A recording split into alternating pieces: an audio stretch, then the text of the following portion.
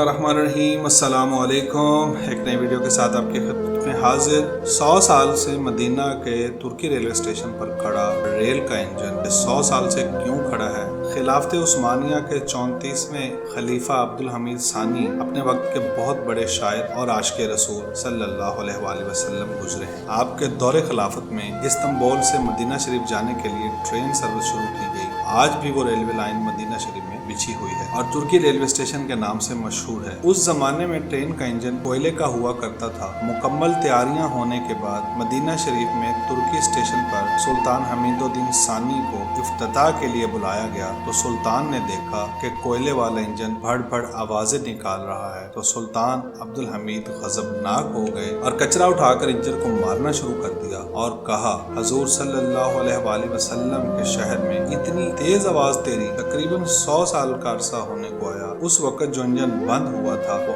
आज भी ऐसे ही मदीना शरीफ में रखा हुआ है जो तुर्की स्टेशन से मशहूर है। इस कदर अदब वो इंजन की बुलंद आवाज को भी शहर रसूल सल्लल्लाहु अलैहि वसल्लम में पसंद नहीं करते थे। तो सोचो वो अपने महबूब से किस कदर मोहब्बत फरमाते होंगे। ये इश्क था, ये अदब था जो इनके सीनों में मौजूद था। अल्लाह ताला हमें भी ऐसा इश्क व अदब और शहर रसूल सल्लल्लाहु अलैहि वसल्लम की बाअदब हाजिरी नसीब करे। आमीन या रब्बुल आलमीन। नाज़रीन, अगर आपको हमारी ये वीडियो पसंद आई हो तो प्लीज़ हमारे चैनल को सब्सक्राइब करें और बेल आइकन को प्रेस कर दें ताकि हमारी हर आने वाली वीडियो का नोटिफिकेशन आप तक पहुंचे।